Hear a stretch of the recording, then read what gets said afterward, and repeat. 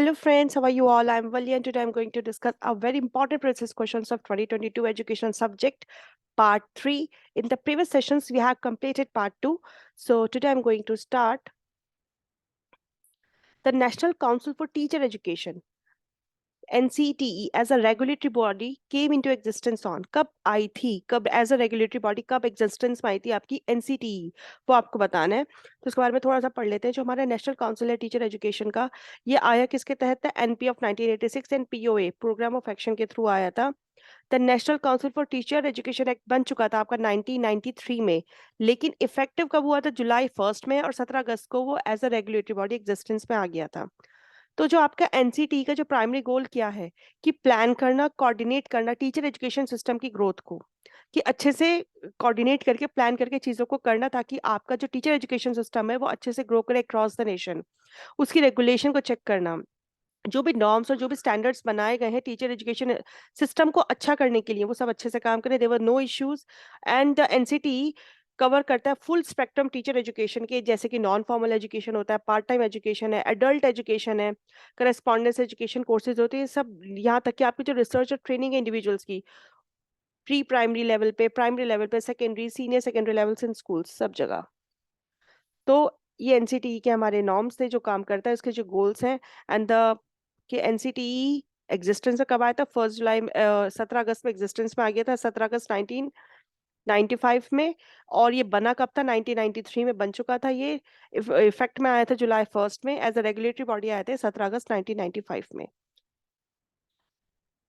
तो इसके अकॉर्डिंग हमारा आंसर हो जाएगा थर्ड ऑप्शन।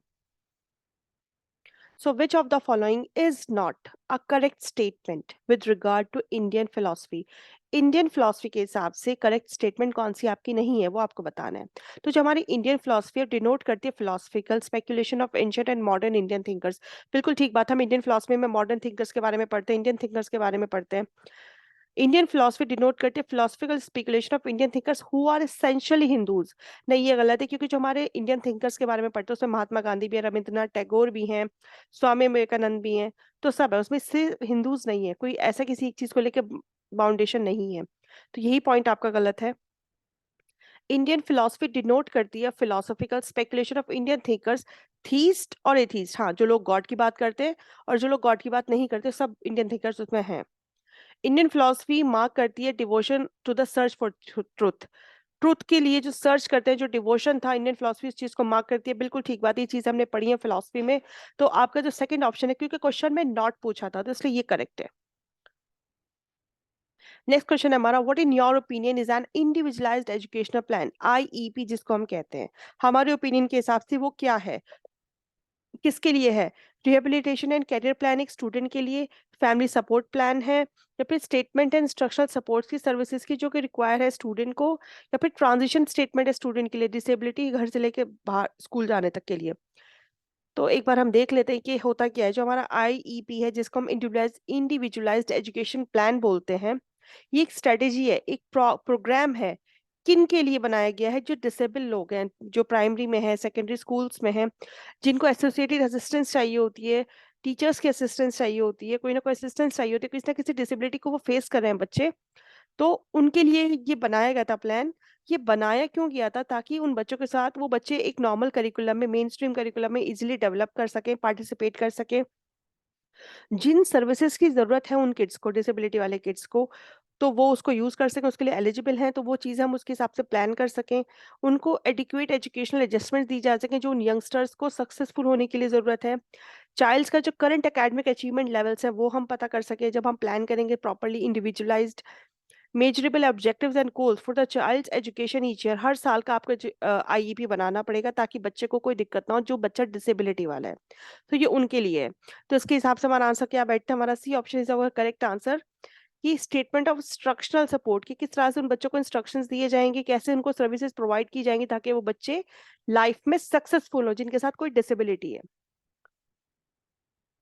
नेक्स्ट क्वेश्चन है हमारा, the first and second step किस चीज का Dick and carry instructional design model पूछा गया है आपसे, जो कि आपका यूनिट 8 से बिलोंग करता है, टेक्नोलॉजी इन फॉर एजुकेशन। तो इसके अंदर हमें इंस्ट्रक्शनल डिजाइन मॉडल के हिसाब से हमें बताना है कि इसमें फर्स्ट और सेकंड स्टेप कौन सा था। तो हमारा फर्स्ट स्टेप क्या था? आइडेंटिफाई करना कि किस तरह से आपको अपने इंस्ट्रक्शंस देने हैं, क्या आपके गोल्स हैं, क्या आपके ऑब्जेक्टिव्स हैं।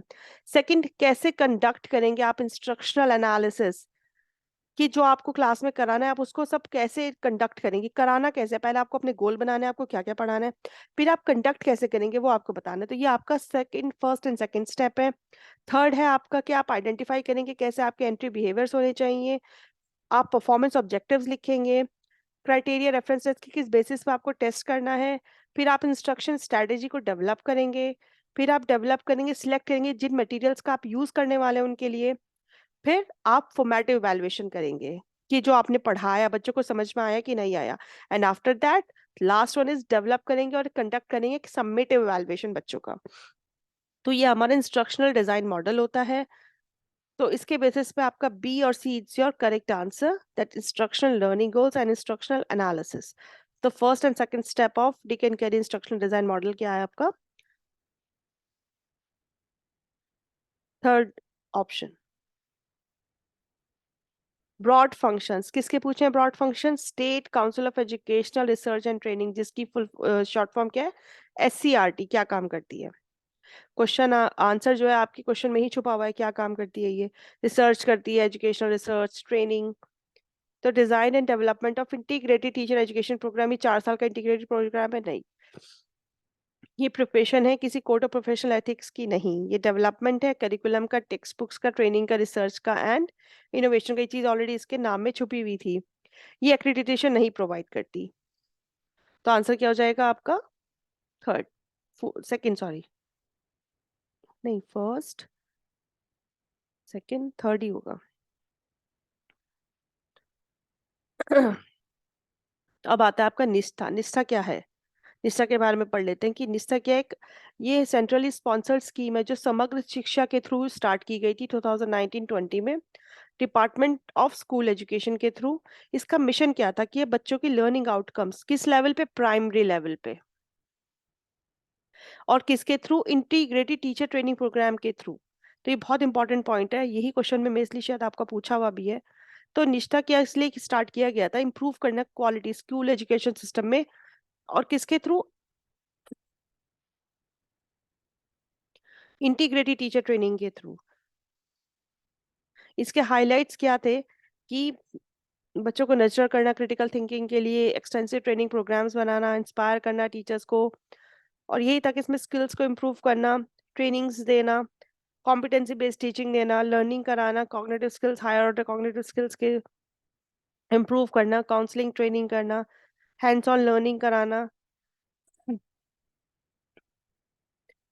मल्टी डिपार्टमेंट एफर्ट्स थे, models for activity based training थे। ये सब इसके हाइलाइट्स है, तो आप इसको अच्छे से पढ़ सकते हैं। तो जिसका आंसर है वो यही है, क्योंकि ये एलिमेंट्री लेवल के लिए था, प्राइमरी के लिए। और कैपेसिटी बिल्डिंग किसके लिए? Improving quality of School education through integrated teachers training. ये यूनिवर्सिटी ग्रांट कमीशन के थ्रू नहीं कराया गया था, ये कराया गया था सेंट्रली स्पॉन्सर्ड स्कीम और डिपार्टमेंट ऑफ स्कूल एजुकेशन की तरफ से। समग्र शिक्षा के थ्रू ये कराया गया था। ये रिहेबिलिटेशन काउंसिल का नहीं है। तो इसमें A and C it's your correct answer. Next question बहुत अच्छा क्वेश्चन है, स्टेटमेंट 1, स्टेटमेंट 2।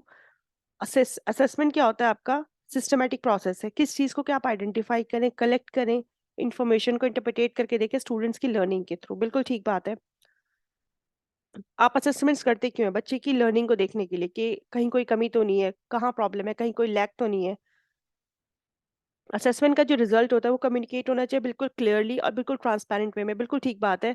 जो आप असेसमेंट कर रहे हैं, अगर बच्चे को आप अच्छे से क्लियर कर देंगे, ट्रांसपेरेंसी होगी उसके अंदर, तो बच्चा भी अपनी गलती को अच्छे से समझ के आउटकम अच्छा देगा, इम्प्रूव करने के चांसेस ज्यादा हो जाते हैं। तो आपका जो स्टेटमेंट और स्टेटमेंट 2 है, दोनों बिल्कुल ठीक ऑप्शन है। तो हमारा first is your correct answer. तो which of the following sustainable development goal जो इंश्योर करते हैं inclusive and equitable quality education, that means जो हमारे सस्टेनेबल डेवलपमेंट गोल्स हैं कितने हैं? वो हमारे 17 गोल्स हैं। तो उसमें से आपको बताना है वो कौन सा वाला गोल है जो inclusive and equitable quality education की बात करता है। तो वो हमारा फोर्थ गोल है।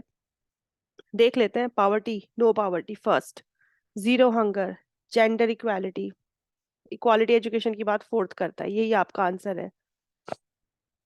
Clean water and sanitation, affordable and clean energy, decent work and economic growth, industry, reduced inequality, sustainable cities, sustainable development, consumption, production, climate action, life below water, life on land, peace, justice, partnership for the goals. ये सारे हमारे goals हैं जो कि आपके first paper के लिए भी बहुत इंपॉर्टेंट है. So thank you friends for your attention. Stay blessed, enjoy learning. ये था मेरा आज का lesson and in the next video मैं कुछ इंपॉर्टेंट इसके आगे क्वेश्चंस कराऊंगी ताकि आपके एग्जाम का रिवीजन अच्छा हो जाए. So stay blessed, enjoy learning. See you soon with the next video.